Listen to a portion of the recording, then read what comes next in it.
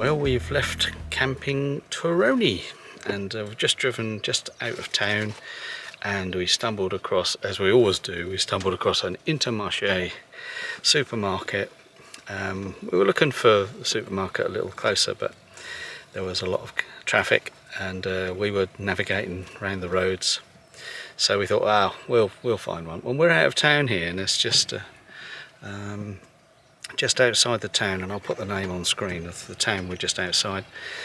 Quite quiet, but a lovely big supermarket with plenty of what we need. So we've done a little shop just for 4 days. We're thinking that will see us through to next weekend. Today is Monday, and the Intermarché, I'll just show you quickly what these are like and how we're parked, because they are really easy to access as long as you pick the right one. Some of them are a bit crowded, a bit congested, but have a look. So the main store is just over here, and to the left they've got gas sales, a car wash, a van wash, and fuel over the back there. I think there's electric charge points as well over there. And over this side there's the laundrette, the laundry. There's a pharmacy across the road, I can see, and and we're parked just here, right in the corner of the car park, spread across 3 or 4 slots, but we're not in anyone's way. Here's the laundrette again, and there's Amazon collection point and all of that sort of thing that we have in the UK as well. Sue's just unpacking the shop, and we'll get back on the road.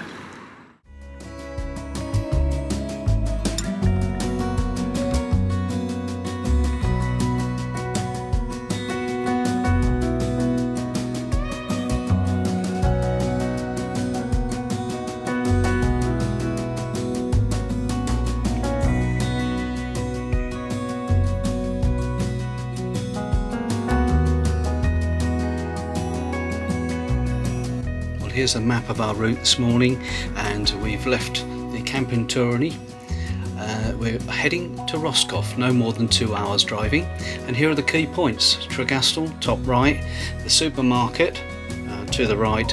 Then if you want to see a little bit of Morlaix, have a look at our last video. We drove through there at the end of our last video.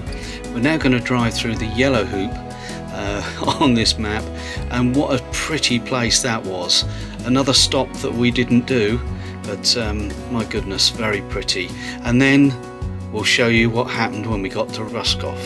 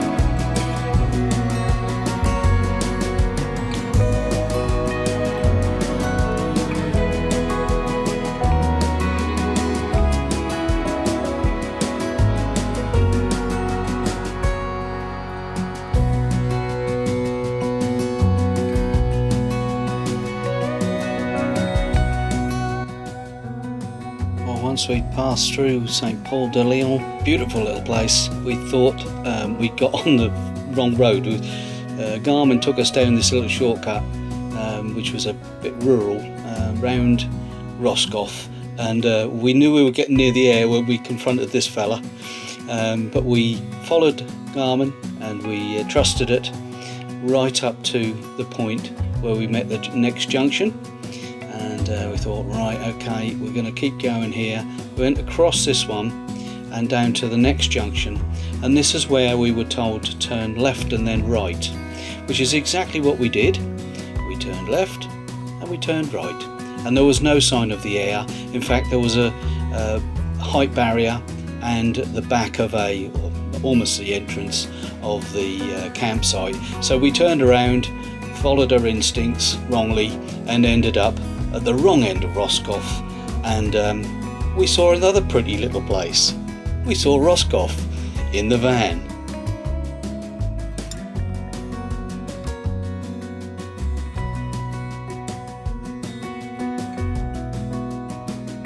Almost lost me nerve at that junction there, but I thought no, keep going, and we enjoyed the little ride through the town of Roskoff. I've got some stills of this later on in the video, so you can see close-ups of some of these lovely buildings. But it wasn't long before we came through, and the good old Garmin picked us up again from about this point, and we realised that we were heading through and back into the same direction that we started. If we'd have continued, here we are, here's the junction, if we'd have gone left and then a little further before we went right, there's the entrance to the campsite, and lo and behold, just what, 50 yards down the road we found the Aire. Thank goodness.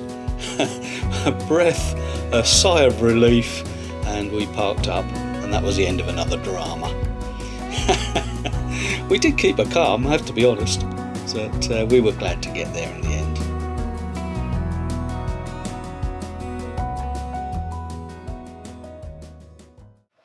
We're now at the next stop, which is Roskoff, which is further along the coast. I'll put a map on screen now. We're at a camper car park. I'll show you a quick look. I mean, this doesn't look like it's been here for very long. But electric hookup, 10 amp, and then your spaces are marked out by these logs.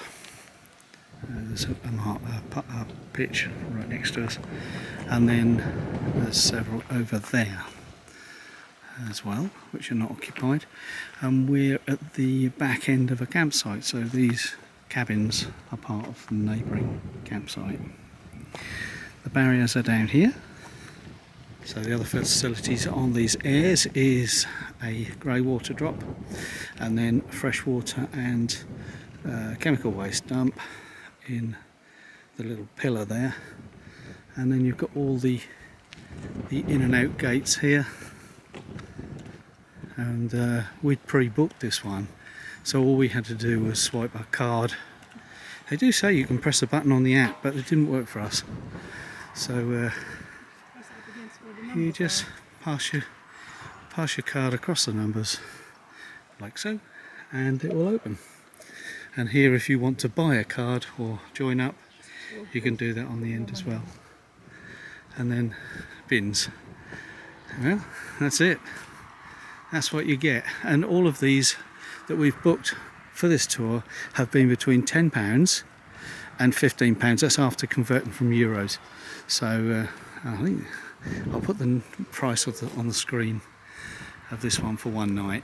And we are here for one night. So here's what the sign looks like. As you can see, they are spreading across other countries now. It's a growing phenomenon. So we're going to go for a walk. We've just taken the dogs out. We've been out with them for about half an hour. They're tired, have gone back to bed, and we're going to walk along the water. We're down on the beach path now, and there's some reconstruction of the seawall back there, which is why I didn't turn the camera on to start with. They're quite noisy, but if we pan round just a little and look across the fields here, you can see the Aire in the distance there. You might just about be able to pick up Smurf, don't know if you can, over there somewhere. But anyways, we're walking along this coastal path. We're very rural on this bit, and a lot of these camper car parks are in rural locations. Here's lovely suit, and then the water is the tide is way out, but it is coming in. We know that because we've looked. And we're going to go over there to Roskoff, but we do have to go round this huge estuary. just here, or inlet, just down here. Well, we've turned left and we're walking now towards Roskoff. We're observing things. Now what I wanted to mention was that all along this coast, without fail, there are height barriers on car parks. Now I think there must be a reason for that. I wouldn't want to discourage you people who like to park by the roadside to come here, because there are probably places that you can hide your van. But if you're thinking of just dropping into a car park and having a view like this, you may need to think again. So that's why we like using the camping car park Aires, because we know that they're reliable and gated. I'm debating on whether to go on the beach or go that way. What do you think? Carry on this way. We'll carry on. Yeah, all right. We're going to carry on the path. There's the beach, and there's the path. I reckon we've gone about 1.5 miles so far. Well, we've just been in Cafe de Bière. Had a beer. And had a beer. Sue had a beer as well. She's getting into bad habits, isn't you, girl? I'm a bit of a lightweight. Only had one half a beer. And now she's going to stagger back to the... We've got a 45-minute walk home. We've done 8,000 steps already. We've got another 8,000 back. Yeah, well, there you go. So we'll take it's raining now, unfortunately. We'll take a few... I've taken a few stills on the way through. Mac in the bag, isn't we? And we've got our pack of Macs, yeah. So we'll wander back through this pretty little part of Roskoff, and I'll take 1 or 2 pictures. I've got a few stills as well.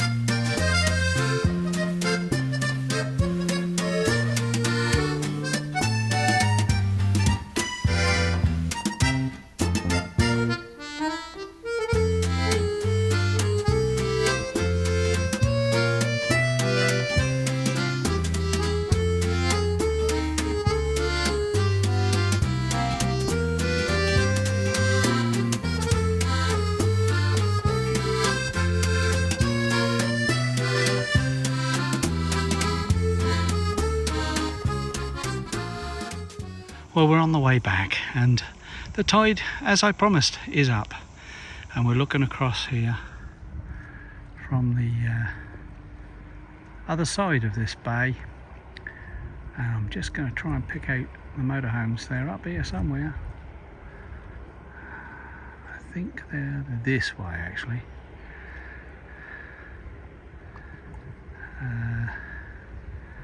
Any minute now. There we are. And it looks like the air is full. Certainly tide's high. It's pouring with rain, so we're keen to get back. Sue's kept walking, so I need to catch her up. We'll see you back at the van.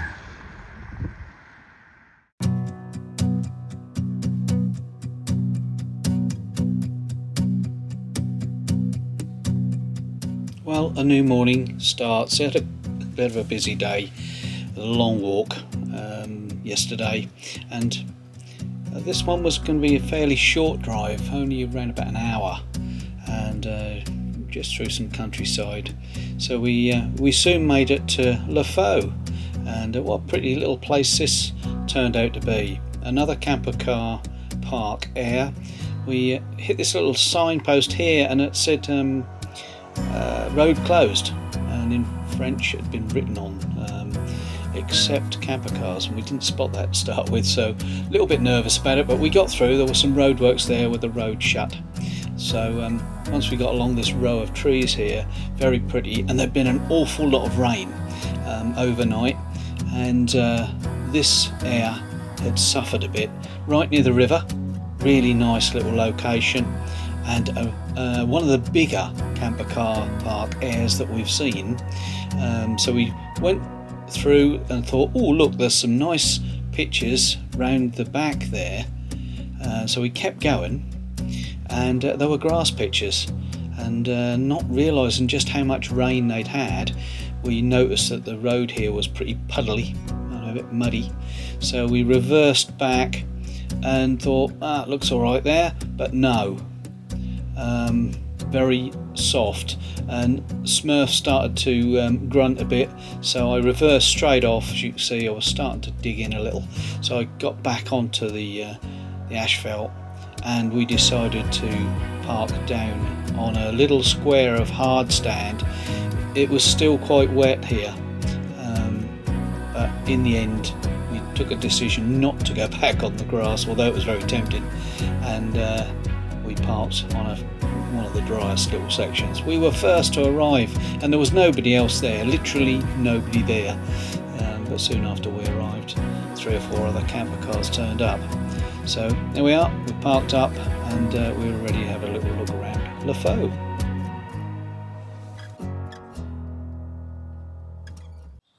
Well, it's a beautiful morning, and we've been, for the last 20 odd hours, we've been here at Faou on a camping car park Aire.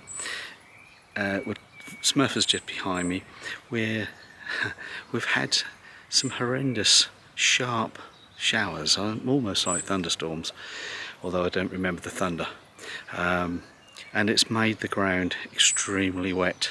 So when we arrived here, there was no one here. In fact, we were first, and we thought, should we try the grass? But when I got 2 wheels on, and no way. So we backed off and came onto this hard stand, which was puddly, and with the shale and I don't know what it is, very, very light, dusty kind of surface.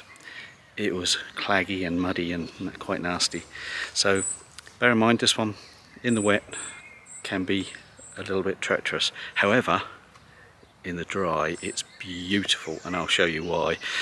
Just behind me is a little gap in the hedge here, and as you come through the hedge, and you'll see behind me there is children's playing area, which there were a few children on there after school yesterday, but nothing much, mostly youngsters, I mean under the age of 13,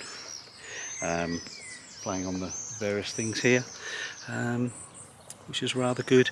Looks like this used to be like a municipal area, so some of the buildings just at the top there are still used for the local council, it seems. So we'll wander around. You'll see a lovely row of trees, the river, and then we'll walk back along the river path, and I'll show you the main part of the Aire. Some of it's hard stand, as described just now, and the rest is in hedged grass areas.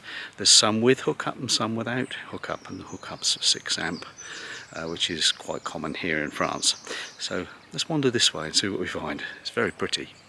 So there's Smurf through the gap in the hedge, and and some lovely trees, some willow trees here, and this one, quite what it is, but that's a lovely tree. And you see the row of different coloured trees along the river path. We're going to walk over there now.